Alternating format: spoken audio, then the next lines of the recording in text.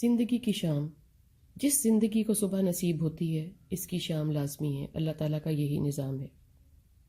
عروج آتا ہے، آتا چلا جاتا ہے، پھر رکتا ہے چند روز، پھر الٹا دوڑنے لگتا ہے میرے خلاف دوسری سمت، اور میں آوازیں ہی دیتا رہ جاتا ہوں.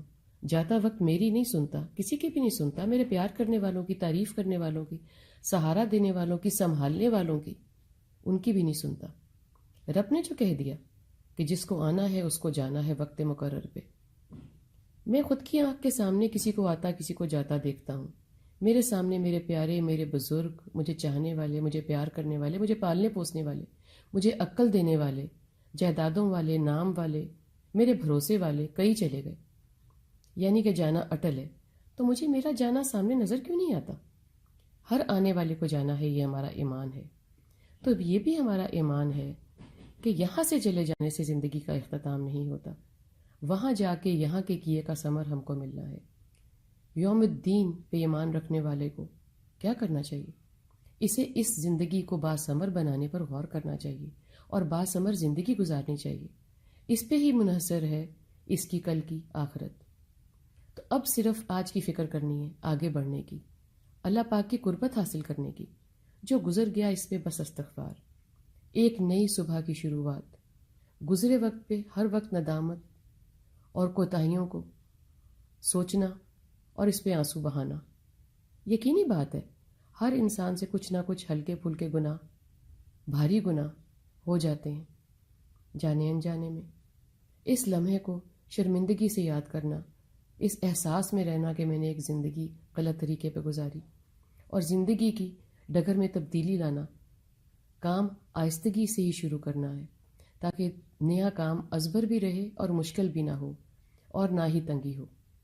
آپ کو جب بھی دل کی گہرائیوں سے محسوس ہوا کہ میں نے جس روش پہ زندگی گزاری اور جو بھی فیصلہ کیا وہ سراسر غلط لا، تو جان لو کہ نئی صبح کا سورج طلوع ہی ہوا چاہتا ہے.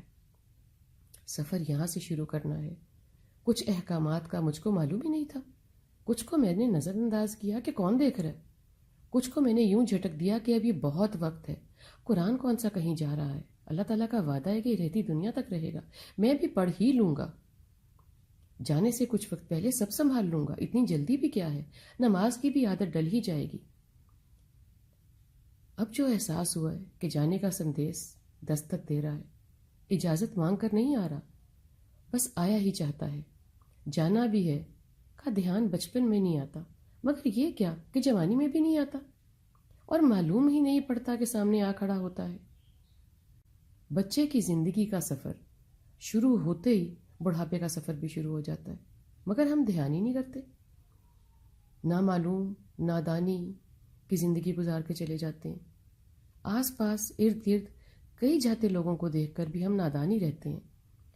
جوانی میں نادانی کی تو سمجھ ہی نہیں آتی، بے راہ روی کی تو سمجھ ہی نہیں آتی، حالانکہ وہ وقت ہے سنبھلنے کا. مزید بڑھتی ہوئی عمر میں بھی ہم نادان اور انجان رہتے ہیں، جیسا کہ ہم نے کسی کو جاتے آتے دیکھا ہی نہیں، کسی پہ بڑھاپا آتے دیکھا ہی نہیں، کسی کو اندھیرے میں دھنستے اور پریشان ہوتے ہلاک ہوتے دیکھا ہی نہیں، اور خود کو کسی احکامات کا درس نہیں دیتے، اور یہی کہتے رہتے ہیں کہ ہمارے بڑوں نے ہمیں کچھ نہیں سکھایا. کیا بڑوں نے یہی آپ کو سکھایا ہے کہ مجھے ڈاکٹر بننے کا شوق ہے، مجھے انجینئر بننے کا شوق ہے؟ یہ بھی آپ نے لڑ کے اس حقیقت پہ اپنے لیے کھڑے ہوئے کہ مجھے یہ کرنا ہے. تو لڑ کے اس بات کی سمجھ کیوں نہیں آئی کہ مجھے اللہ پاک کے حضور بھی کھڑے ہونا ہے؟ بچپن میں اس بات پہ بھی لڑ لیتے ہیں کہ مجھے ٹھنڈا پانی پسند ہے، اس بات پہ بھی پڑھ لیتے ہیں کہ نہیں میں نے ڈاکٹر نہیں بننا، میں نے مصور بننا ہے. مجھے کون سی سبزی پسند ہے اور مجھے کون سی سبزی نہیں پسند. یہ کیا بات ہوئی؟ اگر میں بندہ بننا چاہوں تو میں جب چاہوں میں بن سکتا ہوں، اس لیے کہ میرے اندر بندہ بننے کی خواہش اللہ تعالیٰ نے رکھ دی ہے. میں اس طرف دیکھتا ہی نہیں. اللہ مجھے صراط مستقیم پر ڈالے، اس لیے کہ صراط مستقیم کو ہی دوام ہے. اس سے پہلے کہ زندگی کی شام ہو جائے اور وقت تمام ہو جائے اور آتی جاتی سانس جاتی ہی رہ جائے اور چلی جائے، اس سانس کو اللہ کے حوالے کر دیں.